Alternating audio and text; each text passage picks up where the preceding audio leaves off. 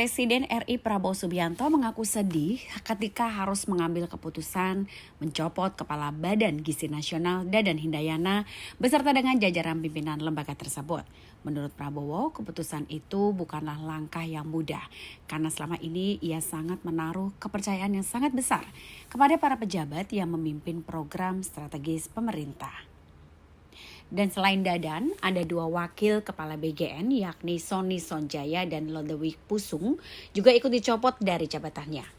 Prabowo mengatakan dirinya memiliki kedekatan emosional dan kepercayaan yang tinggi kepada para mantan pimpinan BGN tersebut.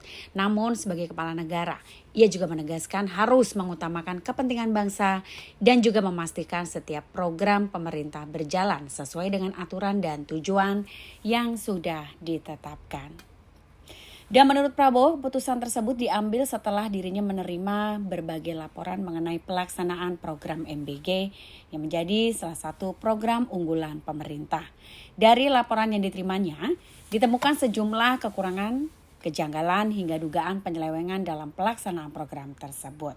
Meskipun tidak merinci secara jelas bentuk dari pelanggaran yang dimaksud, Prabowo pun menegaskan bahwa setiap laporan yang masuk harus ditindaklanjuti secara serius.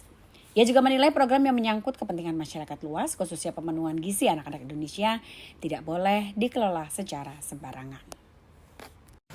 Sebetulnya saya sedih. Saya tidak bisa tutupi bahwa saya dalam keadaan sedih.